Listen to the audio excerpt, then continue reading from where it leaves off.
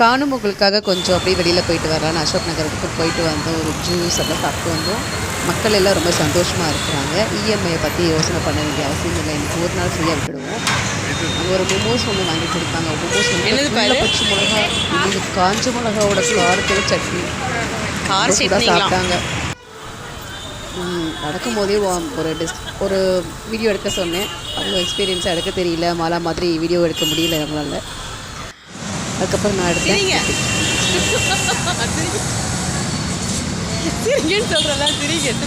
அங்கேருந்து அப்படியே ஒரு பிசாட் போகணும். பீஸா கிடைக்கிறதுக்கு ½ ஆகும் அப்படின்னு சொல்லிட்டாங்க.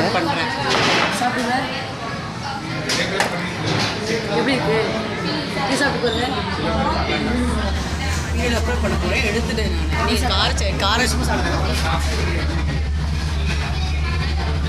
இப்படிலாம் பண்ணணுமா? இப்படிலாம் பண்ணணுமா? அதான் நம்ம தான் இப்படிலாம் பண்ணணுமா? ஹாப்பி பொங்கல் சொல்லுங்கள். ஹாப்பி பொங்கல் சொல்லுங்கள். சில்லி ஃப்ளெக்ஸை சாப்பிட்டு தண்ணி குடிக்கிறேன். சொல்லுங்கள். ஹாப்பி பொங்கல். ஹாப்பி பொங்கல்.